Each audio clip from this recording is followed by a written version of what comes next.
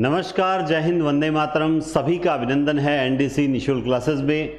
बहुत बहुत स्वागत है आपका, बहुत बहुत अभिनंदन है। काव्य शास्त्र की प्रथम क्लास मैंने आपको पिछली क्लास दी थी, वो 73 नंबर क्लास थी और आज 74 नंबर क्लास है अलंकार। अब हम स्टार्ट करेंगे अलंकार।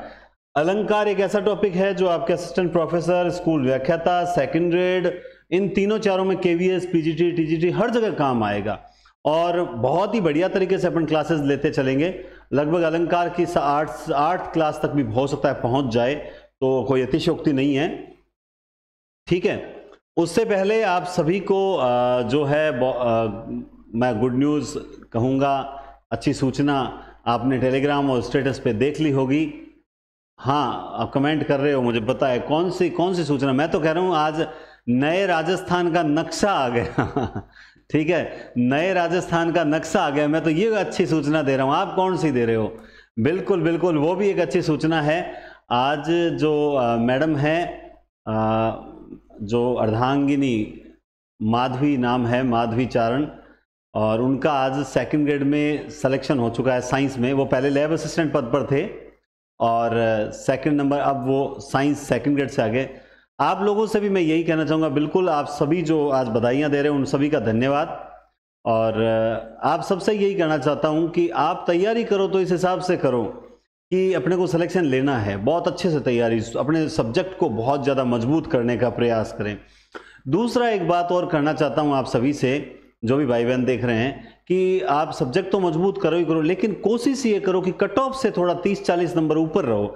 जैसे अभी साइंस का रिजल्ट आया, मैडम का सिलेक्शन हुआ है, तो अब मैं ऋचा मैडम को भी मैडम ही बोलता हूँ, वो मेरी बहन है, यूँ मान लीजिए, ठीक है। ऋचा मैडम मेरी बहन है और मेरी जो वाइफ है उनका नाम है माधवी चारण। आज माधवी का सिलेक्शन हुआ है। यूँ कह सकते हैं तारक मेहता में भिड़े और माधवी हैं, तो भिड़े भी मास्टर है, मैं भी मास्टर हूँ कुल मिला के, और इनका साइंस में सिलेक्शन हो चुका है। बस वो उस माधवी की तरह पापड़ अचार नहीं बेचती है, इतनी सी बात है। खैर, तो आपसे यही कहना है, कट ऑफ से 30-40 नंबर ऊपर रहो, वरना अभी जैसे सेकंड ग्रेड हिंदी का खेल चल रहा है, सर मेरा हो जाएगा क्या, मेरा हो जाएगा क्या, इस तरह से नहीं।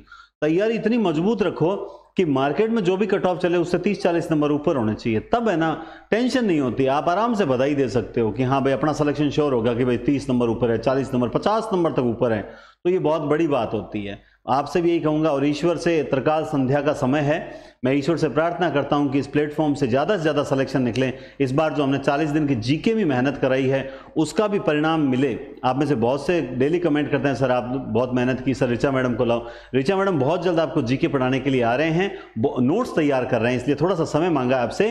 कल तक आपको अच्छी न्यूज़ मिलेगी और जीके जो है वो बहुत गजब पैटर्न पर लेकर आ रही है। हम मतलब इतनी अच्छी प्लानिंग कर रहे हैं आप लोगों के लिए कि इस बार आपका सिलेक्शन नहीं चुके, ये हमारा प्रयास है ठीक है। तो मैं अभी इस क्लास को स्टार्ट करने से पहले 2-3 चीज और क्लियर करूंगा, वो बहुत जरूरी है मेरे लिए। वो ये जरूरी है कि एक सेकंड, हाँ देखिए आप लोग, कुछ आपको पता है कि अपनी टेस्ट सीरीज जितने दिन रुकी हुई थी, अपनी टेस्ट सीरीज जितने दिन रुकी हुई थी, तो हाँ ये देख सकते हैं आप, अपनी जो टेस्ट सीरीज है वो लगभग संपूर्ण भक्ति का 7 टेस्ट हो चुके थे। उसके बाद अपनी जो टेस्ट सीरीज थी वो रुक चुकी थी, तो अब मैंने उसको नया शेड्यूल जो जारी किया है उसमें 1 तारीख, 2 तारीख, 3 तारीख, 4 तारीख, 5 तारीख, 6 तारीख, 6 तारीख तक ये टेस्ट पहले अपलोड हो चुके थे, इसलिए मैंने इनकी तारीख जो है 1 से 6 कर दी थी। अब जो आपका नया टेस्ट अपलोड होगा ना वो 10 तारीख, कब 10, अच्छा सॉरी 6 भी तो अभी तक बाकी है, हाँ 6-7 दिन अभी तक कोई टेस्ट अपलोड नहीं होगा आपके, क्योंकि ये पहले से अपलोड है। तो सर आप इनको दोबारा रिन्यू कर दो, इनको अभी आप रिवाइज नहीं करेंगे।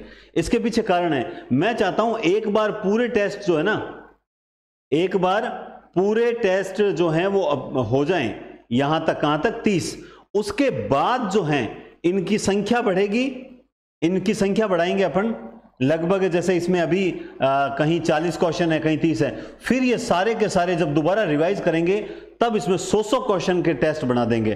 तो मैं आपका पूरा ध्यान रख रहा हूं कि कहां क्या करना है, सब पता है। अब जैसे कुछ मित्र हैं वो मैसेज कर रहे हैं, सर आज 3 हो गई, आज 4 तारीख हो गई, आपने संपूर्ण आदिकाल का टेस्ट डाला ही नहीं।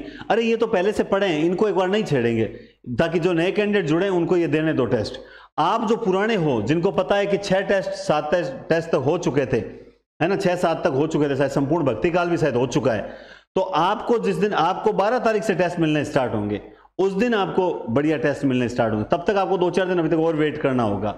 समझ रहे हो बात आप? तो मुझे पता है कि आपके लिए कहाँ क्या करना है, क्योंकि अभी तक मैं आपके लिए कुछ ऐसा मैटर भी तैयार कर रहा हूं, क्योंकि आपका साहित्य पूरा हो चुका है, आप भूल ना जाओ। इसीलिए मैं साहित्य के प्रश्नोत्तरी लेकर आ रहा हूं यूट्यूब पर, और उसकी पीडीएफ और दूंगा मैं सिर्फ आप लोगों को। किसको? जो हिंदी पॉइंट में जो टेस्ट सीरीज ज्वाइन कर रखी है ना, वो सारी पीडीएफ मैं वहीं अपलोड करूंगा। तो मैं आप लोगों के लिए, जो उग्रसेन है और एक अपने गोदारा है, एक चौधरी है, मतलब उनके मैसेज आए कि सर आप रोकी क्यों हैं, सर हमारे टेस्ट नियमित नहीं आ रहे, सर प्लीज। तो मैं उनसे कह रहा हूं तुम चिंता मत करो मेरे भाई, मैं आप लोगों के लिए अच्छा ही करूंगा और बहुत बढ़िया क्वेश्चन तैयार कर रहा हूं। थोड़ा सा वेट करना पड़ेगा, ठीक है। अब ये तो हो गया ये। अब इसके अलावा देखो आप लोग, अब इसके अलावा एक चीज और बताता हूं। जैसे ये ये है व्याकरण का, ये देखो ये व्याकरण का टेस्ट है। तो इन व्याकरण के टेस्ट में भी शेड्यूल जो है सेट कर दिया। तो जिस दिन जो टेस्ट होगा मैं ऑटोमेटिकली आपको 2 दिन पहले सूचना कर दूंगा कि अब जैसे अपलोड करने की बारी आएगी ना, मैंने सब में डेट चेंज कर दी है, लेकिन एक बार जितने टेस्ट हो चुके हैं ना उनको मैंने छेड़ा ही नहीं है, उनको एक बार वहीं रखा है, ठीक है। तो आप थोड़े दिन 2-4 दिन और थोड़ा सा धैर्य रखो, फिर सब हो जाएगा। हो गई सूचना। अब चलिए हम आगे बढ़ते हैं क्लास की ओर। चलिए, तो आज पढ़ेंगे आप अलंकार। क्या पढ़ेंगे? देखो मैं आपको जो पढ़ाऊंगा ना वो आत्मसात करवा दूंगा एकदम। आपके क्लास के बाद आपको 2 अलंकार आज आपके गलत मतलब कभी नहीं होंगे जीवन। तो आप जानते हैं कि ये 2 शब्दों से मिलकर बना है। किससे मिला है? 2 शब्दों से मिलकर बना। अलम का अर्थ क्या होता है और कार का अर्थ क्या होता है? मैं जैसे बच्चों को पढ़ाता है वैसे ही आपको पढ़ाऊंगा। अलम, अलम यानी शोभा, अलम यानी शोभा, और कार यानी करने वाला, यानी जो चीज शोभा बढ़ाने का काम करती है वही क्या कहलाती है? अलम, अलंकार। और इसीलिए आपको पता है कि भूषण शब्द जो है वो भी कहीं ना कहीं साहित्य में भूषण शब्द अलंकारों के लिए ही आता है।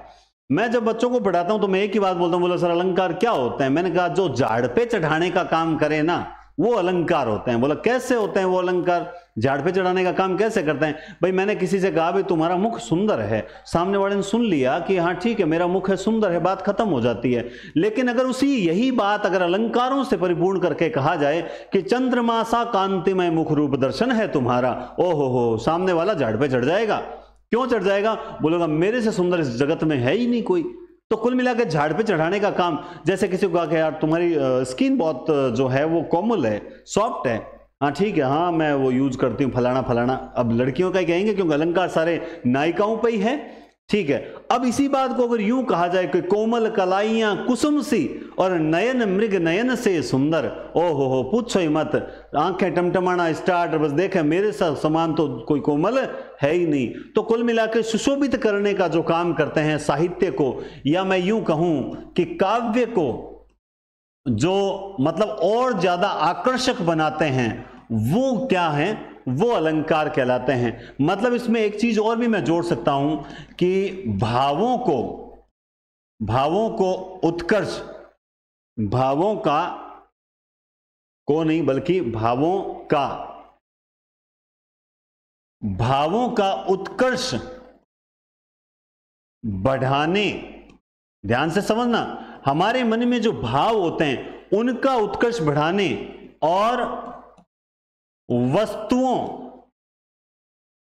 का गुण धर्म, मतलब हमारे अंदर जो फीलिंग्स होती है, भाव होती है, उन भावों को और ज्यादा बढ़िया बनाना, या जो वस्तुएं होती है उनका गुण धर्म रूप, ठीक है, गुण धर्म रूप क्रिया। इस बात को अभी मैं उदाहरण से समझाऊंगा। क्रिया का तीव्र अनुभव करवाने वाले, जो क्रिया का तीव्र अनुभव करवाते हैं या करवाने वाली जो उक्ति होती है वही क्या है? अलंकार है। और आपने एक परिभाषा सुनी होगी,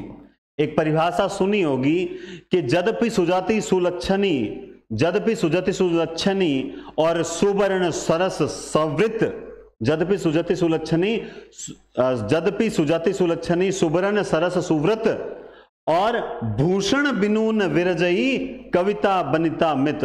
मैंने एक लाइन बोली, जदपि सुजति सुलक्षणी जदपि सुजति सुलक्षणी सुबरन सरस सूरत भूषण बिनून विरजई कविता बनिता मित। ये जो मैंने पंक्ति बोली, ये किसकी पंक्ति है? केशवदास की पंक्ति है। किसकी पंक्ति है? केशवदास की पंक्ति है। तो इसमें क्या कहा है कि भूषण बिनून बिरजई कविता बनी, कि बिना अलंकारों के जिस प्रकार से, मतलब एक स्त्री है वो बहुत सुंदर है, लेकिन बहुत सुंदर है, उसे आभूषणों की आवश्यकता नहीं है, लेकिन अगर उस स्त्री को आभूषणों से युक्त कर दिया जाए, उसके सौंदर्य में वृद्धि हो जाती है। समझ गए बात आप? तो वही काम क्या करते हैं? अलंकार करते हैं। अब अलंकारों को जब हम पढ़ते हैं तो आप जानते हैं कि 3 प्रकार के अलंकार पढ़ते हैं। शब्दालंकार, दूसरा पढ़ते हैं हम अर्थालंकार। मैं आपको देखो विद्वान वगैरह बनाऊंगा नहीं, लेकिन इतना जरूर कहता हूं कि आपको अलंकार सारे समझ आ जाएंगे, प्रश्न गलत नहीं होगा। तो 3 अलंकार हैं। कौन से? शब्दालंकार, अर्थालंकार और उभयालंकार। शब्दालंकार यानी उसमें चमत्कार कहां होगा? शब्द में होगा। अनुप्रास है, यमक है, श्लेष है। अर्थालंकार बहुत सारे हैं, बहुत सारे अलंकार है। जैसे अपनी जो काव्य शास्त्र की बुक तैयार हो रही है उसमें मैंने 40 अलंकारों को स्थान दिया है, ठीक है।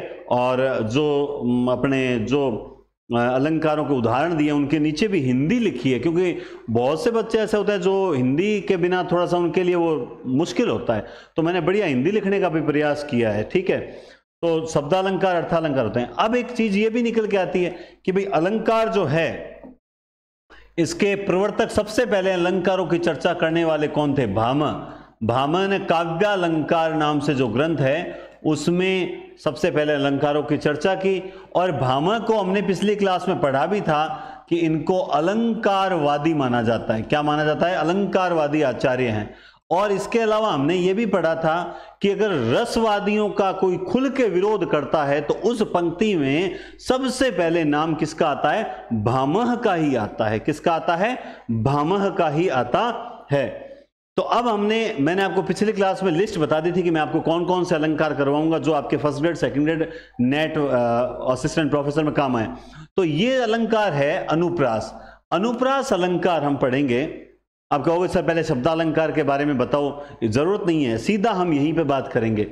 अनुप्रास अलंकार तो ये कॉलेज लेक्चरर में लगता है, आपके सेकंड ग्रेड और फर्स्ट ग्रेड में नहीं लगता है। आपने सिर्फ क्या सुना है कि जहां वर्णों की आवृत्ति होती है, यानी एक वर्ण एक से अधिक बार आता है या एक वर्ण पुनरावृत्ति करता है, तो वह अनुप्रास होता है। लेकिन अनुप्रास के भेद भी पढ़ते हैं हम, और जब भेद पढ़ते हैं तब पता चलता है यार यहां पर भी इस प्रकार से होता है। तो आज हम अनुप्रास को इस तरह से समझेंगे, है ना। टाइम तो देना पड़ेगा, रेगुलर लाइव आना पड़ेगा, तब पढ़ोगे। अब मैं क्यों नहीं आ रहा सर, आप रेगुलर क्लासेस क्यों नहीं दे रहे? मैं आपको बताऊं, देखो ये अलंकार की पीडीएफ है, ये आप देख सकते हो। अब इस अलंकार की पीडीएफ में यहां आप देखो मैं लिख रहा हूं, मैं अभी तक भी अलंकार में कुछ बढ़िया चीजें ऐड कर रहा हूं। मुझे ऐसा लगा कि मैं ऐसे नोट्स दूं ताकि वो आपको कुछ करेक्शन ना करना पड़े, ढूंढना ना पड़े कुछ। तो इतना अगर बढ़िया नोट्स दूंगा ना तो समय लगता है। और मैंने कहा था कि या तो आप पढ़ लो अलंकार, बाद में प्रिंट आउट बाद में निकलवा लेना, लेकिन रोज मैसेज करते हैं सर पीडीएफ नहीं है, सर पीडीएफ नहीं है, सर पीडीएफ नहीं है। तो फिर मुझे क्या है, वो थोड़ी सी फ्रस्ट्रेशन होने लगती है कि यार इनको जब क्लास में बोल दिया कि भाई पीडीएफ जैसे ही तैयार होती है अपलोड कर देंगे, तो ये रुकते नहीं है। तो फिर मुझे रुकना पड़ता है कि चलो पीडीएफ तैयार होने के बाद ही क्लास लूंगा, तब कहते हैं सर क्लास नहीं दे रहे। तो दोनों बातें नहीं होती, या तो मुझे तैयार करने दो या क्लासेस चलने दो कंटिन्यू, पीडीएफ 1-2 दिन में तैयार होते ही मैं अपलोड कर दूंगा। क्योंकि केवल अलंकार थोड़ी अलंकार के अलग डालूं, अलंकार, छंद, रस, गुण, रीति, लक्षण, प्रयोजन, यहां तक सारी एक साथ पीडीएफ डालूंगा। तो या तो मुझे क्लासेस लेने दो 3-4 दिन में आपकी पीडीएफ आए, फिर प्रिंट आउट निकलवा लेना, ठीक है। ये तो समझदारी। और नहीं, ये कमेंट करके बता देना, नहीं तो फिर मैं कल फिर क्लास नहीं लूंगा, फिर मैं तैयार करने में लग जाऊंगा, ठीक है। तो अनुप्रास क्या होता है? सबसे पहले अनुप्रास मतलब वर्णों की आवृत्ति। अब एक यहां पर देखो, मैं जो यहां लिखा हुआ है ना उससे ज्यादा मेरे बोल रहा हूं ना, उसमें ध्यान रखना, सिलेक्शन आपका ज्यादा नजर आएगा। अब वर्णों की आवृत्ति से बहुत से 50% से ज्यादा स्टूडेंट क्या सोचते हैं कि जो आगे वाला वर्ण होता है, जब इसकी ये कंटिन्यू आता है तब वहां पे क्या होता है अनुप्रास होता है। भगवान भक्तों की भयंकर भूरी भीति भगाइए, चारु चंद्र की चंचल किरणें खेल रही जल थल नभ जल थल में, है ना। दारिद दसानन दबाई दुनि दीन बंधु दुरित दहन, सम तुलसी हाहाकरि तरणी तनुजा तट तमाल तरवर बहु छाए, रघुपति राघव राजा राम कानन कुंडल कुंचित कैसा। आप जितने कहोगे उतने उदाहरण बोल दूंगा, जितने लिखे हुए उससे ज्यादा मुझे याद हैं। बात क्या है, हमें बस ये समझना, अनुप्रास भगवान भक्तों की भयंकर भूरी भीति भगाइए। तो यहां पर जब एक वर्ण की बार बार आवृत्ति होती है तब वहां पर हम लोग ये पढ़ते हैं कि अनुप्रास होता है। लेकिन ये आवृत्ति, ये मतलब किसी शब्द के, ये आवृत्ति किसी भी शब्द के जरूरी नहीं है स्टार्ट में हो, कई बार ये आवृत्ति यहां पीछे भी होती है। बात समझ रहे हो? शब्द में अगर मान लो पीछे, जैसे मैंने लिखा जल थल कल नल, बात समझना मेरी, मैंने ऐसे ही लिखा है। अब यहां भी आप कहोगे ज थ क न, सर आवृत्ति नहीं, अनुप्रास नहीं है। नहीं, इसमें भी अनुप्रास है, ल ल ल ल। तो यानी पीछे से भी अगर एक वर्ण बार बार आ रहा है कंटिन्यू, तो वर्ण की आवृत्ति तो हो रही है और वहां पे अनुप्रास माना जाएगा। यह बात आपको ध्यान रखनी बहुत जरूरी है। आप में से कई विद्वान विदुषियों को पता है, लेकिन कईयों को नहीं पता है। चलिए, चारु चंद्र की चंचल किरणें खेल रही जल थल नभ जल थल में, तो च च क्या है, च च च, ठीक है। और ल ल, ये रहा, दो जगह अनुप्रास अलंकार। कल कल कोमल कुसुम कुंज पर मधुकण बरसाते तुम कौन। तो यहां पे अब जब ये देखोगे तो आपका दिमाग जाएगा पुनरुक्ति प्रकाश अलंकार की ओर। क्यों? क्योंकि पुनरुक्ति प्रकाश अलंकार, यहां वर्ण की नहीं, पूरा शब्द आवृत्ति हो रहा है। तो सर एक ही शब्द की जब पुनरावृत्ति हो और उसका अर्थ सेम रहे तो वहां जो है वो कौन सा अलंकार होता है? पुनरुक्ति प्रकाश अलंकार होता है। हाँ भाई, ये बात तो सत्य बोल दी, तो फिर गड़बड़ हो गई है तो। लेकिन यहां पे कल कल के बाद कोमल कुसुम कुंज, बात समझ रहे हो? तो ये अलंकार क्या है? अनुप्रास का। दूसरा एक चीज और याद रखना कि एक पंक्ति में कई बार तीन तीन चार चार अलंकार भी देखे जाते हैं, तो इतना रटके मत बैठना कि इसमें यही होगा। विरति विवेक विमल विज्ञाना, विरति विवेक विमल विज्ञाना, विरति विवेक विमल विज्ञाना। जब जाओगे स्कूलों में सेलेक्ट होके, स्कूल लेक्चरर बन के, व्याख्याता बन के, तब वहां पर जब बच्चों को अनुप्रास अलंकार पढ़ाओगे, चारु चंद्र की चंचल किरणें खेल रही नभथल जल में, तरणी तनुजा तट तमाल तरुवर बहुछाए, जब इस प्रकार से 8-10 पंक्तियां लगातार आपके जो मुखमंडल से जो है बाहर निकलती है, तो बच्चों पर एक ऐसा प्रभाव डालती है जिससे बच्चे सोचते हैं कि इस बार हमारे स्कूल में जो टीचर आया वो बड़ा विद्वान आया है। और एक अनुप्रास अलंकार के देख देख के लिख लिख के पढ़ाओगे तो याद रखना आपकी वहीं तौहीन हो जाएगी। इसलिए अपने आप को डेवलप करें। एक बात मैं और बोल देता हूं मेरे विद्वान साथियों कि देखो, जहां कल कोई और था आज मैं हूं और कल कोई और होगा, लेकिन एक बात ध्यान रखना, मैं हमेशा आपको एक सही चीज बताता हूं। अरे बाकी कोई मानो न मानो, हिंदी वालों तुम तो मानो बात को। सिलेक्शन चाहिए कि नहीं चाहिए? मैं आपको हमेशा कहता हूं कि अगर आपको स्कूल व्याख्याता और सेकंड ग्रेड में सिलेक्शन करवाना है तो एक चीज बात याद रखो, अपना विषय मजबूत करो, अपना विषय मजबूत करो। रीजन आपके सामने रिजल्ट है, सेकंड ग्रेड का जीके का पेपर आया है अभी, और सेकंड ग्रेड जीके ने करंट जीके खतरनाक आ गया, इंडिया जीके खतरनाक आ गया, कुछ भी खतरनाक आ जाए, ये अपना सब्जेक्ट है, ये अपनी माँ है। माँ कभी बच्चों को धोखा नहीं देती। सब्जेक्ट को इतना मजबूत करो कि 130+ से नीचे नहीं आए। 100 क्वेश्चन सही हैं, फिर आप कहते हो सर मेरा हो जाएगा क्या, मेरे इतने बन रहे हैं। अब उस वक्त हम किसी का दिल नहीं तोड़ते, नहीं बोलते, लेकिन गुस्सा बहुत आता है कि आप क्यों नहीं पढ़े। सर बहुत पढ़ाई की थी, 100 भाई अगर एक भी कैंडिडेट के ईमानदारी से 130+ सही हो रहे हैं, इसका मतलब वो पेपर ऐसा था कि पढ़ने वाला विद्यार्थी 130 कर सकता था। नहीं, आप 130 भी नहीं कर रहे, आप 120 भी नहीं कर रहे, आप 110 भी नहीं कर रहे, आप 100 क्वेश्चन सही कर रहे हो, और फिर आप चाहते हो कि आपका सिलेक्शन हो। क्यों? आरपीएससी के पास ढंग के कैंडिडेट नहीं है। मैं कड़वा बोलता हूं, आप जानते हो, लेकिन मैं चाहता हूं सब्जेक्ट मजबूत करो, सब्जेक्ट मजबूत करो 130+ वाला, तब जाकर होगा। आप में से कई मुझसे नाराज भी हो सकते हैं इस बात को, लेकिन कड़वी दवाई असर करती है। नाराज होगे तो भले 100 बार हो, मुझे कोई फर्क नहीं पड़ता, लेकिन मैं ये चाहता हूं, मुझे तो कितने कैंडिडेट चाहिए, 50 कैंडिडेट बहुत हैं। ऑफलाइन बैच में आज 50 कैंडिडेट का एक अच्छा बैच बनेगा, निश्चित रूप से बहुत जबरदस्त मेहनत। और मैं कहता हूं जो कैपेबल है उनको ऑफलाइन पढ़ना भी चाहिए, लेकिन जो नहीं है उन जरूरतमंदों के लिए बहुत अच्छी क्लासेस है, उनके लिए तो ये ब्रह्म हथियार है। छोरटी है गोरटी या चोरटी है हीर की। यहां पे देखिए ट वर्ण की आवृत्ति है, किसकी? अब देखिए पीछे की साइड आवृत्ति है अनुप्रास अलंकार। गंध गंध गुलाब की गवई गाहक कौन, ये लीजिए ग ग ग ग ग, ये आवृत्ति। मोहि मोहि मेरा मन मोहनमय वे गयो, मोहि मोहि मेरा मन मोहनमय वे गयो। जब इस प्रकार से पंक्तियां लेकर आराम से आनंद से पढ़ते रहोगे तो अलंकार काव्य शास्त्र इतना अच्छा लगेगा, रुचि बढ़ेगी हिंदी में, लेकिन रुचि मोबाइल की रील्स देखने में नहीं निकलती। फिर आते हैं अनुप्रास की भेद की ओर। तो अनुप्रास अलंकार के मुख्यतः 5 भेद माने जाते हैं, कुछ किताबें 4 मानती है, मुझे उससे आपत्ति नहीं है। सबसे पहला है छेका। छेका में मतलब हो गया 2। छेका मतलब 2। 2 मतलब वह जब किसी पद में किसी वर्ण का 2 बार प्रयोग होता है तब वहां पर जो है छेकानुप्रास होता है। जैसे कानन कठिन क क भयंकर भारी भ भ, घोर घाम घ घ, बार बयारी ब ब, है ना। पतित पावन सीताराम, पतित पावन सीता, रघुपति राघव राजा राम, पतित पावन सीता राम। तो प प, तो जहां पर एक वर्ण की 2 बार फिक्स 2 बार आवृत्ति हो वहां समझ जाना कि यहां पर छेका अनुप्रास है। बाल बेली देखते जाना, सुख सुखद इति रुखे रुख धाम, समझ गए? 2 बार हुई है ना। मोहिनी मूरत सांवरी सूरत नैना बने विशाल, ये देख लीजिए। मम सस बब, ये लीजिए 2 बार छेकानुप्रास। अति आनंद मगन महतरी। अब कुछ लोग कहते हैं ये सिलेबस में नहीं हमारे, क्यों देखें, हम तो दूसरा काम कर लेते हैं, हमारे सिलेबस का आएगा तब देखेंगे। अरे समझना चाहिए, जरूरी नहीं है हर चीज सिलेबस की पढ़ो, कई बार थोड़ा सा आसपास का पढ़ने से एग्जाम में काम आता है। अति आनंद मगन महतारी, महतरी है ना, महतारी, अति आनंद मगन महतारी, अति आनंद मगन महतारी, मतलब बार बार बोलने से याद हो जाते हैं।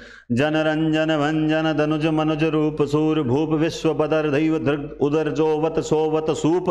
तो यहाँ पे जन रंजन, देखिए जन जन 2 बार आ गए वैसे तो, जन फिर देखिए ज, फिर देखिए ज, समझ रहे हो बात आप? तो यहां पर भी कहीं ना कहीं कौन सा अलंकार है, छेकानुप्रास के उदाहरण है। आपको पता चल गया कि 2 बार आना चाहिए। अब आता है वृत्त्यानुप्रास। वृत्त्यानुप्रास कहता है 1 से अधिक बार। कितनी बार? 1 से अधिक बार। जब किसी पद में 1 या अनेक बार, अब की बार लिमिटेड नहीं है, तरणी तनुजा तट तमाल तरुवर बहुछाए दारिद दसानन दबाई दुनि दीन बंधु दूरित दहन तम तुलसी हा करे। तो the the the the the, किस भी किसान कुल, किस भी किसान कुल 3 बार आ गया, वृत्त्यानुप्रास है। बनिक भिखारी बाट चाकर चपल नट चोर 4 चेट की। तो कुल मिला के आप समझ जाना 2 से अधिक बार अगर प्रयोग हो गया तो वहां पर वृत्त्यानुप्रास है। रघुनंद आनंद कंद कौशल चंद दशरथ नंदनम। तो यहां पर 1 नहीं 2 नहीं, कंटिन्यू देखिए द द द, समझ रहे हो बात आप? तो यहां पर 2 से अधिक बार, चाहे 3 बार ही हो गया चाहे 4 बार हो गया, समझ जाना है। सब जाति दुख के, सब जाति फटी दुख की दुपट्टी कपट्टी रहे न जहां एक घटी। अब यहां हम फिर ढूंढते हैं कि यहां पे किसका हुआ होगा। मतलब यहां ट ट। अब ऐसे उदाहरण आते हैं ना तब कंफ्यूजन ज्यादा हो जाती है कि हम यहां पर वृत्त्यानुप्रास करें या नहीं करें। तो कई बार क्या होता है दूसरी पंक्ति भी हमारे लिखी हुई नहीं होती, तो इस कारण से कंफ्यूजन हो जाता है। बस आप तो दिमाग में क्या रखना है, 1 से अधिक बार। जैसे ये देखिए, ये प्योर उदाहरण, भव्य भावों में भयानक भावना भरना नहीं, ठीक है। इसी तरह से ये उदाहरण प्योर है, देखिए कोलनी में कैलोनी में कछारन में कुंजन में क्यारिन में कलिन के लकत है। तो यहाँ पे क कानन कुंडल कुंचित कैसा 4 बार आ गया है ना। ऐसे ही रघुपति राघव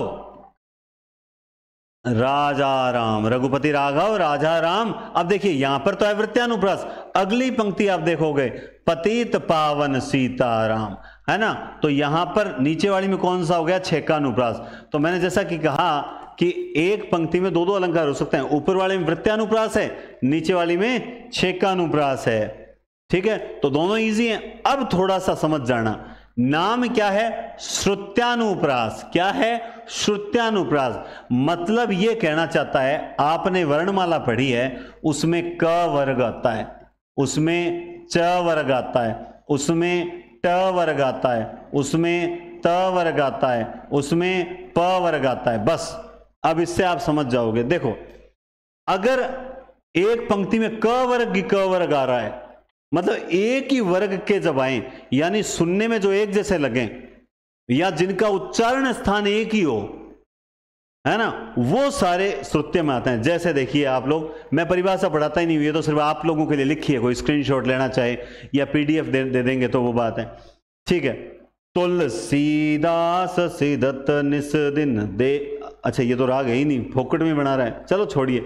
तुलसीदास सिदत निस दिन देखत तुमरी न ठुराई। तो देखिए त, भाई आप जानते हैं त वर्ग क्या होता है, हम पढ़ते हैं तुलसी राम दंता। क्या पढ़ते हैं, तुलसी राम दंता, अर्थात कि त वर्ग ल और स ये दंते हैं। क्या है ये, दंते हैं, है ना, दंते। इसमें देख लो त ल स द त न स त द न द त त, समझ गए बात। तो सारे के सारे दंते वर्ण हैं। ऐसे ही नीचे देखो, दीनांत था वे दिन नाथ डूबते, सधेनु आते ग्रह ग्वाल बाल थे। तो यहां दीनांत थे, दिन नाथ डूबते, यहां पे त वर्ग ही चल रहा है। तो जब एक ही वर्ग के वर्ण बार बार रिपीट हो रहे हो, जिनका उच्चारण स्थल एक ही है, वहां श्रुत्यानुप्रास होता है। जैसे निशिवासर सात रसातल लो सर सात घने घन बंधन नाख्यो, बात समझ गए। तो इसलिए अब कोई कहे सर यहाँ पे देखिए सर जो है छेकानुप्रास हो गया, हाँ तो हो गया, क्या दिक्कत है क्या दिक्कत है। लेकिन इसमें बार बार जो है एक ही वर्ग के वर्ण आए हैं, इसलिए ये श्रुत्यानुप्रास की श्रेणी में रखा जाएगा। शब्दालंकार है तो यहां पर अनुप्रास में हमें वर्णों पर फोकस करना है, न कि इनके अर्थ पर। अब आता है लाटन, लाटानुप्रास। इसको कुछ विद्वान अलग मानते हैं, लेकिन लाटानुप्रास को थोड़ा सा समझना पड़ेगा, बहुत बढ़िया है, मुझे अच्छा लगता है। जब किसी पद में शब्द और धर्म तो एक ही रहते हैं, मतलब शब्द और धर्म दोनों एक ही है, परंतु अन्य पद के साथ अन्वय करते ही तात्पर्य या अभिप्राय भिन्न रूप में प्रकट होते हैं, वहां लाटानुप्रास अलंकार माना जाता है। लाट देश जो दक्षिण गुजरात है, आधुनिक दक्षिण गुजरात के लोगों को अधिक प्रिय होने के कारण इसको लाटानुप्रास कह दिया। मतलब इसमें क्या होता है, पूरी उक्ति की उक्ति सेम होती है, बस थोड़ा सा क्रम बदला जाता है। ध्यान से समझना कि औरन को जांचे कहां जो जांचो शिवराज, औरन को जांचे कह ना ही जांचो शिवराज। मतलब औरन को जांचे कहां जो जांचो शिवराज, जिसने शिवराज वीर शिवाजी, जिसने एक बार वीर शिवाजी को समझ लिया हो, वीर शिवाजी को दातारता को समझ लिया हो, वो दूसरों को जांचता नहीं है, उसको तो फिर वीर शिवाजी के साथ कोई बात ही नहीं है। राजा हो तो वीर शिवाजी जैसा हो। और औरन को जांचे के है ना ही जांचो से, और जो औरों को जांचता फिर रहा है वो शिवाजी को जांच के करेगा भी क्या। समझ रहे बात। जैसे राम हृदय जाके, जिसके हृदय में राम नहीं है विपत्ति सुमंगलता ही, जिसके हृदय में राम नहीं विपत्ति सुमंगलता ही, और राम हृदय जाके जिसके हृदय में राम है ना ही विपत्ति सुमंगलता ही। समझ गए। मतलब जिसके हृदय राम नहीं है उसके विपत्ति किस्मत में है, सुमति नहीं मिलेगी, और जिसके हृदय राम है उसके जीवन में नहीं विपत्ति। अब इसमें पूरी की पूरी पंक्तियां रिपीट होती है, सिर्फ क्रम ये यहां देखो, राम हृदय जाके नहीं, आपकी कोमा यहां लगी विपत्ति सुमन, और राम हृदय जाके नहीं विपत्ति, कुछ भी चेंज नहीं किया, सिर्फ भाव चेंज हो गया आगे करते ही। समझ गए। इसका मुझे एक उदाहरण और याद आता है, आपने सुना होगा, पूत कपूत तो क्यों धन संचे, क्यों धन संचे, और पूत सपूत तो क्यों धन संचय, है ना। मतलब इसके गहराई में अर्थ होता है, इस बात को समझना। अगर पुत्र कपूत है तो तू किस लिए धन संचय कर रहा है, वो बर्बाद कर देगा तेरी बनाई हुई प्रॉपर्टी को। और अगर तुम्हारा पूत सपूत है तो किसके लिए धन संचय रहा है, अगर वो काबिल है तो वो खुद अपनी प्रॉपर्टी खड़ी कर लेगा। तो कहने का तात्पर्य संचय न तो कपूत के लिए करो न सपूत के लिए। कपूत हुए हुए को बिगाड़ देगा, सपूत न हुए हुए को भी बना लेगा। तो ये बहुत अच्छी पंक्ति मुझे लगती है, ठीक है। एक सेकंड पानी पी लेते हैं, ठीक है। तो ये उदाहरण एक आपको बताना था। अब है अंत्यानुप्रास। अंत्यानुप्रास भी मुझे बड़ा अच्छा लगता है। बोला कैसे अच्छा लगता है, अंत में तुकबंदी। देखना मैं कितना गजब बताता हूं। देखो मुझे तो पढ़ाने में आनंद इतना आता है, पूछो ही मत। अब आपको पढ़ने में आ रहा है कि नहीं आ रहा है मुझे नहीं पता। रघुपति, एक ही उदाहरण से बता रहा हूं।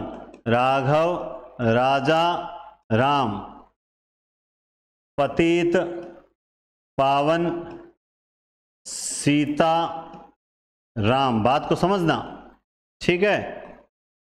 देखो यहां इस पंक्ति में पूछा कि कौन सा अलंकार है, हमने कहा वृत्यानुप्रास। क्यों?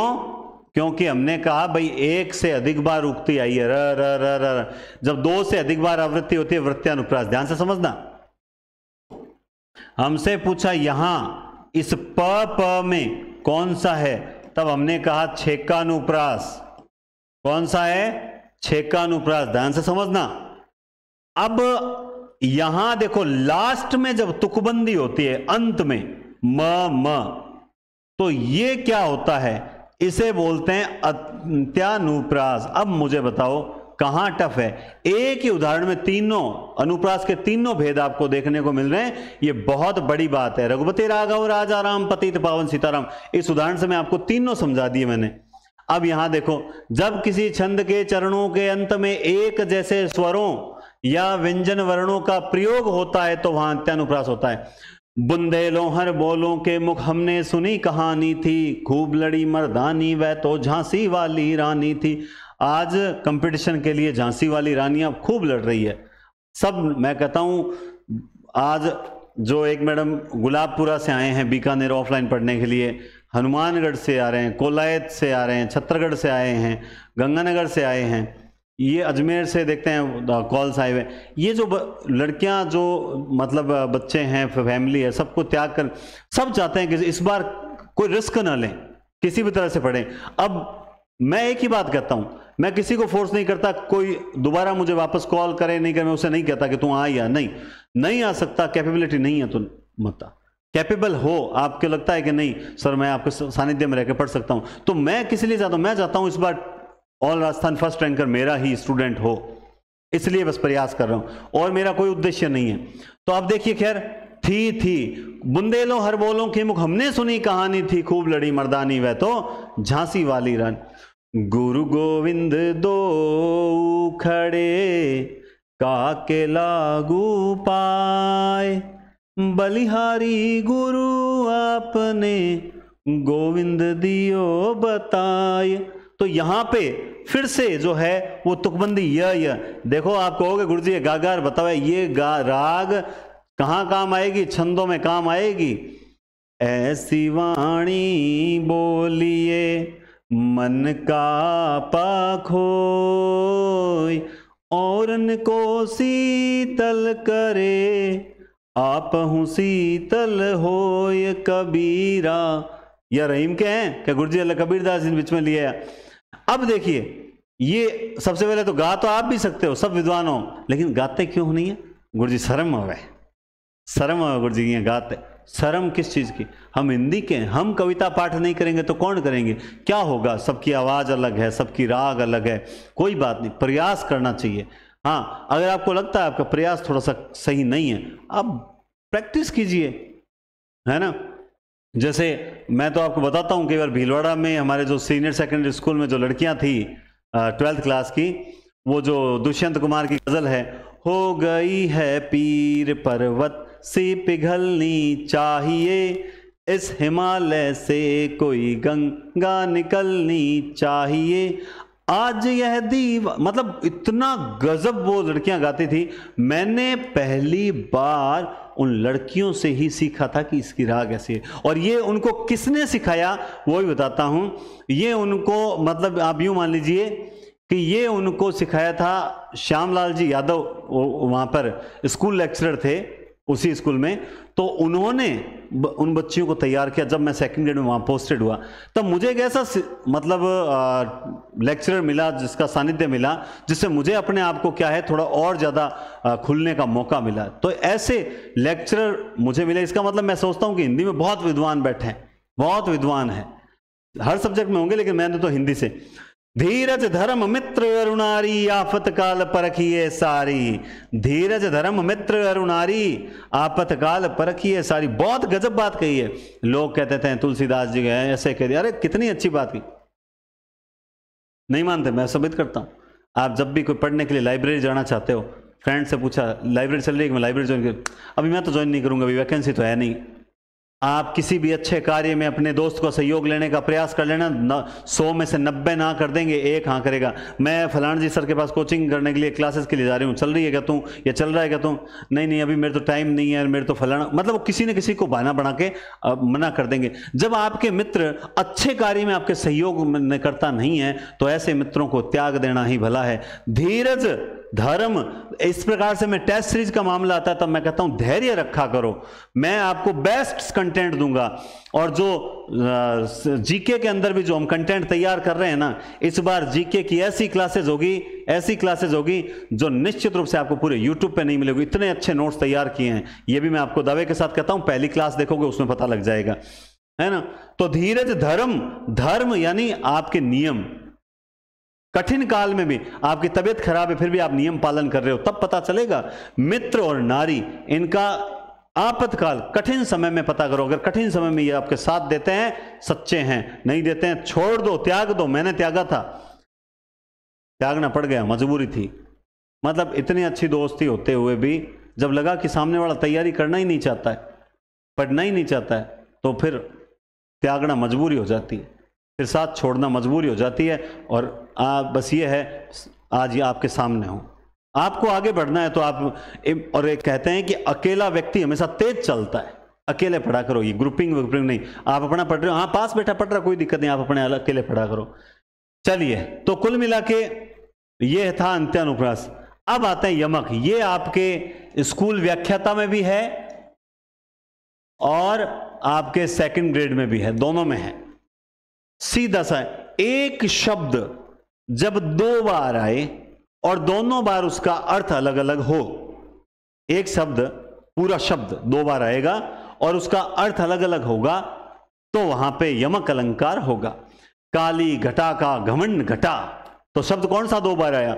2 बार आया घटा और घटा, समझ गए? काली घटा का घमंड घटा। अब यहां पे ये सारे शब्दालंकार हैं। अगर मैं इस घटा की जगह कम लिख दूं तो इसका चमत्कार नष्ट हो जाएगा, क्योंकि शब्दालंकारों में क्या होता है कि चमत्कार होता है। जो शब्द उन्होंने प्रयोग किए हैं उनमें चमत्कार है। तो यहां पर निश्चित रूप से क्या है, इन शब्दों को ही रखना पड़ेगा, इनमें चमत्कार, इनके शब्द में। अगर ये काली घटा का घमंड कम, चमत्कार नष्ट हो गया, वो सुनने में मजा नहीं आया। जो आया काली घटा का घमंड घटा, सुनने में आया। एक घटा काले बादलों के लिए आ रहा है और दूसरा आ रहा है कम होना। हवाएं तेज चली, सारे बादल बिखर गए, अब इतनी देर तक काली, मतलब थोड़ी बारिश लग रही थी, अब बारिश खत्म, दी एंड। तो ये होता है यमक अलंकार। एक ही शब्द की जब बार बार आवृत्ति हो और प्रत्येक बार उसका अर्थ अलग अलग हो। जेते तुम तारे तेते नभ में न तारे, जितनों को तुमने तार दे दिया। क्या दे दिया? तार दिया, मतलब मोक्ष प्रदान किया है, उतने तो नभ में नक्षत्र भी नहीं हैं। जितनों को तुमने इस संसार से तार दिया, उतने तो इसमें, इस संसार में नक्षत्र भी नहीं है। कहे कवि बेनी व्याल की चुराई लीनी। एक तो कवि है, रीतिकालीन कवि बेनी है, और एक बेनी यानी बांसुरी, व्याल की चुराई लीनी। ठीक है, आगे ऐसे ही एक उदाहरण और है, बहुत अच्छे उदाहरण है वैसे मेरे पास। तो मैं तो देखो बच्चों को इंटरेस्ट बनाने के लिए ऐसे उदाहरण आपने पढ़ा भी होगा, वैसे आप पढ़ते हो, सजना है, अब इतने में तो कई ने लिख दिया होगा, सजना है मुझे सजना के लिए, है ना, सजना है मुझे, ओ हो। अब आप जानते हैं टीनेजर किशोरावस्था एक ऐसी अवस्था होती है जब इस प्रकार के उदाहरण सुनने को मिलते हैं, उनकी कड़ी कड़ी खिल जाती है। फिर 12वीं के लड़के लड़कियों को जब सजना है मुझे सजना के लिए, तो उनके चेहरे पर प्रसन्नता आ जाती है, क्योंकि वो आनंद लेना चाहते हैं। उनको कंपटीशन की टेंशन नहीं है। आपको तो टेंशन है, चेहरे उतरे हुए हैं, लेकिन उनको टेंशन नहीं है। सजना है अर्थात तैयार होना है, श्रृंगार करना है, सजना यानी प्रिय के लिए। उनको जब बोला जाता है कि लाल दुपट्टा मलमल का, लाल दुपट्टा मलमल का, कि हृदय मेरा मलमल गया, तब उनको बड़ा आनंद आता है। लाल दुपट्टा मलमल का कि हृदय मेरा मलमल गया, है ना, तो बड़ा आनंद आता है। मलमल वस्त्र का प्रकार और दूसरा मलमल का अर्थ है गदगद हो जाना। तो ये यमक अलंकार के उदाहरण हैं, है ना। तो यमक अलंकार, खैर यमक के दो भेद माने जाते हैं, एक होता है अभंग यमक और एक होता है सबंग यमक। अभंग मतलब आपको बिना टुकड़े किए हुए, आपको बिना टुकड़े किए हुए, समझ रहे हो, वो होता है अभंग यमक। जब दो शब्द हो, मतलब दो शब्द आएंगे जिनके सीधे सीधे दो अर्थ निकलेंगे, जैसे कनक, अब ये कनक कनक ते 100 गुनी मादकता अधिकाय, उही खाए बोराय जग या पाए बोराय। अब यहां पे कनक कनक ते 100 गुनी, मतलब कनक यानी सोने में, कनक ते 100 गुनी, धतूरे से 100 गुना ज्यादा मादक होती है ना। एक को खाने से आदमी पगला जाता है और एक को पाने से आदमी बोरा जाता है। और सोने का नशा तो भयंकर, स्वर्ण मुद्राएं किसी को मिल जाए वो तो पूछो ही मत, वो अपने ताबे ही नहीं आएगा। सारंग ले सारंग चली सारंग पूगो आए, सारंग ले सारंग धरियो सारंग सारंग माए। यमक अलंकार का उदाहरण है, बड़ा सुंदर उदाहरण है। तो यहां पे सारंग लेकर सारंग चली सारंग पूगो आए, यानी घड़े को लेकर कौन चली। बहुत अच्छे उदाहरण है, ध्यान रखना, ये ऐसे मत सोच लेना कि ऐसे वैसे उदाहरण है। एक सेकंड,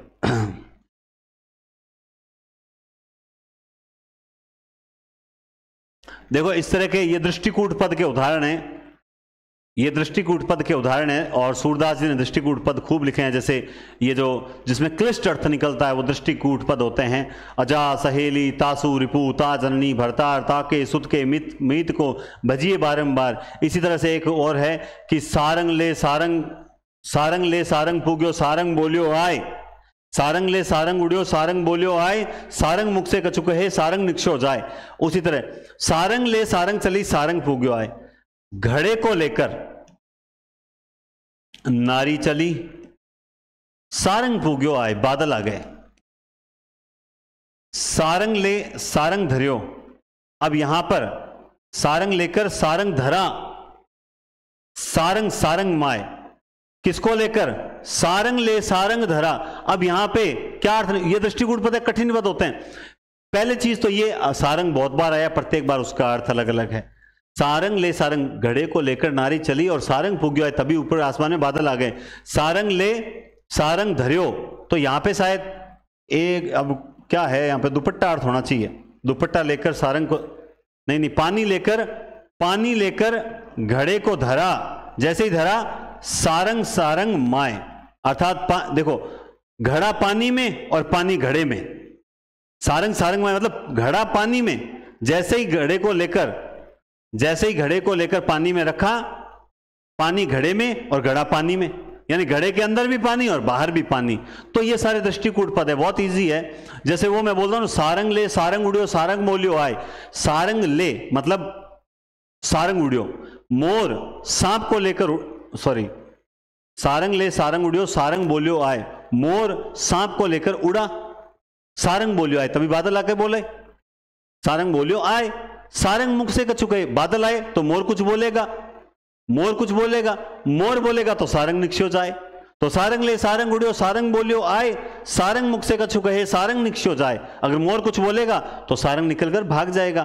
तो इस प्रकार के जो उदाहरण हैं वो उदाहरण अभंग यमक के हैं। इसमें हमें सारंग शब्द के टुकड़े नहीं करने पड़ते। जैसे तोपर वारो उर्वशी सुन राधिके सुजान, तो मोहन के उर्वशी, यहां पे ये तो टुकड़े वाला आ गया, ये तो टुकड़े वाला आ गया, ये तो बाद में पढ़ेंगे। यहां आते हैं, ऊंचे घोर मंदिर के अंदर रहने वाली, ऊंचे घोर मंदिर के अंदर रहाती है ना, वीर शिवाजी का खौफ है। तो यहां पे ऊंचे, एक तो है महल और एक है गुफा। तो बार बार दो दो शब्द आएंगे और दोनों का प्रत्येक बार उसका अर्थ अलग अलग होगा। तीन बेर खाती थी वे तीन बेर खाती है, नगन जड़ाती थी वे नगन जड़ाती है। तो जो नारियां, मुगलों की नारियां दिन में 3 बार खाना खाया करती थी, आज शिवाजी के खौफ के अंदर जंगल में भटकती हुई सिर्फ 3 बोरिया खार टाइम काटे। हालत ऐ होगी, समय बड़ा बलवान, समय बड़ा बलवान। नगन जड़ाती थी वह नगन जड़ाती है, जो जिनके वस्त्रों पर नग्न जड़े रहते थे 24 घंटे, वो आज नगन वस्त्रहीन होकर मुगलों, शिवाजी के भय से दौड़ रही है, शिवाजी के भय से नग्न वस्त्रहीन होकर दौड़ रही है। बड़ी गजब वर्णन किया भूषण ने। आंख लगती है तब आंख लगती ही नहीं। अगर यही क्लास 12th क्लास के अंदर सुना दूं तो राजी हो जाए छोरे। आंख लगती है तब आंख लगती ही नहीं, मतलब आंख लगने का मतलब हो गया प्रेम होना। जब प्रेम होता है तो आंख लगती नहीं, तो नींद ही नहीं आती। तो कौन सा अलंकार हो गया? यमक अलंकार हो गया। बस प्यास रही है लगी सजल नयन में, ये कौन सी पंक्ति आगे बीच में? ये छोड़ो, बीच में पता नहीं कौन से। बसन देहु ब्रज में हमें, बसन देहु ब्रजराज, है ना। मतलब एक तो बसना और एक वस्त्र, एक बसना और एक वस्त्र, दोनों शब्दों का अर्थ होगा। वैसे ही भजन कहे ताते भजो, जब तुम्हें भजन करने के लिए कहा तब तो तुम उससे भागा। भजो ने एक बार, तुमने एक बार भी मतलब बजा नहीं। दूर भजन जाते कहो, जिससे तुम्हें दूर भागने के लिए कहा उसको तुमने बार बार भजा। यानी एक भजन और भजन, इसको ही ले लेते हैं। एक का मतलब भजन का क्या हो गया? भजन करना, प्रार्थना, और दूसरे का मतलब क्या हो गया? भागना। दूसरे का मतलब क्या हो गया? भागना। भजन कहे ताते भजो, भजो ने एको बार। ऐस अलंकार हो चाहे छंद हो, ज्यादा हिंदी अनुवाद में कभी मत घुसे। जितना पकड़ करते हो कि हाँ भजन भजन है, दोनों का अलग अलग, इतना ही रखो। अब आप नहीं सर इसकी पूरी हिंदी में जान करनी, ये वही बात हो जाती है कि सूरदास की झोंपड़ी पाठ पढ़ना है और पढ़ने लगे क्या? रंगभूमि पूरा उपन्यास। हिंदी में ज्यादा उलझो मत, क्योंकि उदाहरण इतने सटीक लिखे हुए हैं। ठीक है, हाँ। तो जब एक शब्द एक से अधिक बार बार बार आए और प्रत्येक बार उसका अर्थ जो है वो अलग अलग हो, तब वहां पर कौन सा होता है? यमक अलंकार। ऐसे ही मान लो एक उदाहरण लिख दिया, दीपक ले दीपक चली कर दीपक की ओट।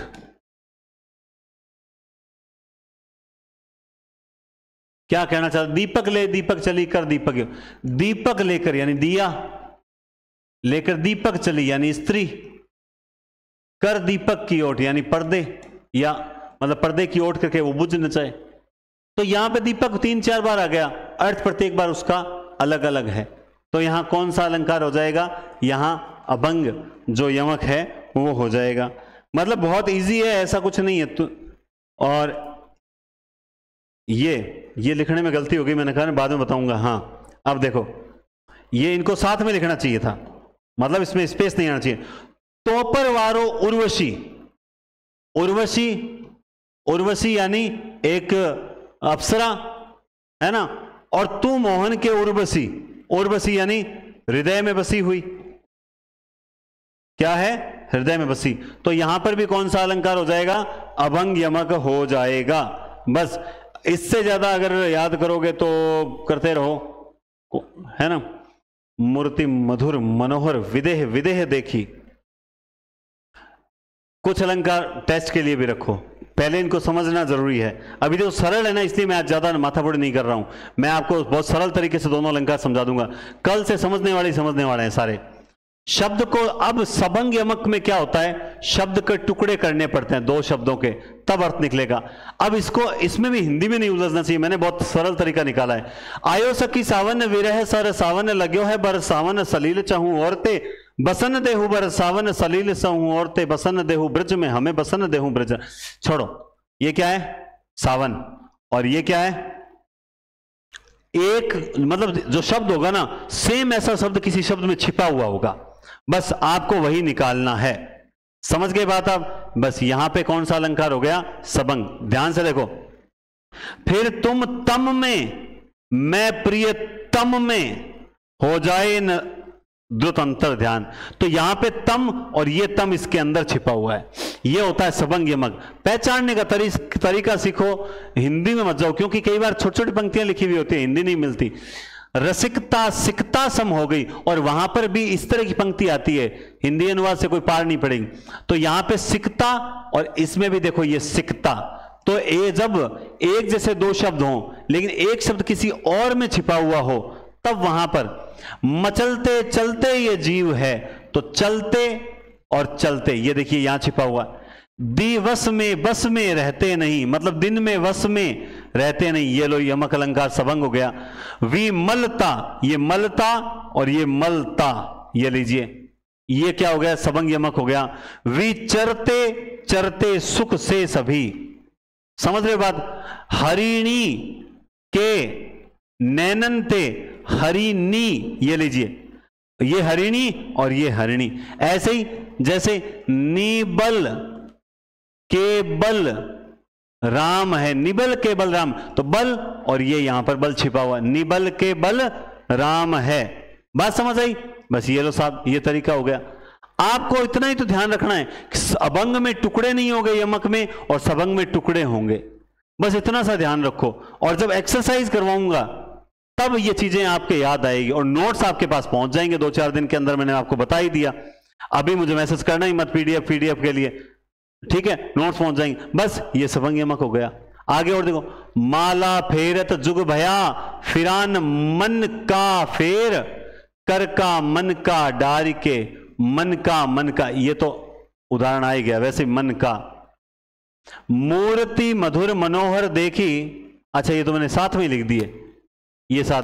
अब यहां पे बताना था आपको इसमें कौन सा है, तो मन का ये अभंग है, ये है अभंग, ठीक है। इसमें बताओ कौन सा है, अभंग है या सबंग है। मूर्ति मधुर मनोहर, क्या सर इसमें तो अनुप्रास है, ऊपर देखो, हाँ बिल्कुल है।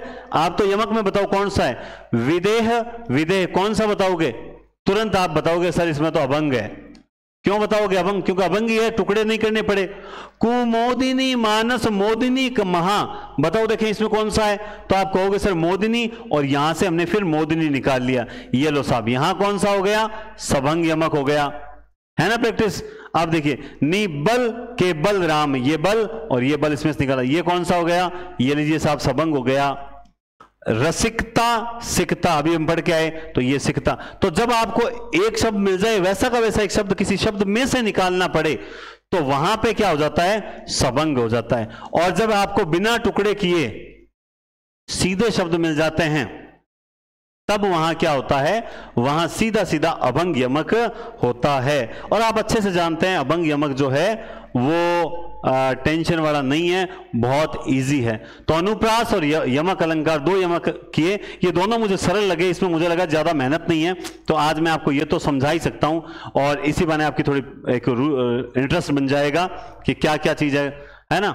अब आपको सिर्फ ध्यान रखना है, एक बार अगर क्लास को बाद में जरूरत पड़े तो देख लेना, मुझे नहीं लगता यहां इस क्लास की आपको दोबारा देखने की जरूरत पड़ेगी। कल से जो क्लासेस स्टार्ट होगी उनको ध्यान से समझना पड़ेगा, क्योंकि श्लेष अलंकार है, श्लेष का शाब्दिक अर्थ ही होता है चिपकना। जब एक शब्द से अनेक अर्थ चिपके रहते हैं और प्रत्येक बार उसका अर्थ जो है वो अलग अलग संदर्भ में अलग अलग निकलता है, वहां श्लेष होता है। और हम जानते हैं सुवर्ण को ढूंढत फिरे कवि कामी अरु, चोर पानी गए न उबरे मोती मानुष चुन, मधुबन की छाती देखो सूखी इसकी कितनी कलियां, है ना, मंगन को देख पट देत बार बार। ऐसे खूब सारे उदाहरण मैं आपको कल की डेट में बताऊंगा। ठीक है, तो बहुत बहुत धन्यवाद, take care, like and share मत भूलना, जबरदस्त लाइक एंड शेयर चलने चाहिए। और आप सभी का बहुत बहुत धन्यवाद, टेक केयर।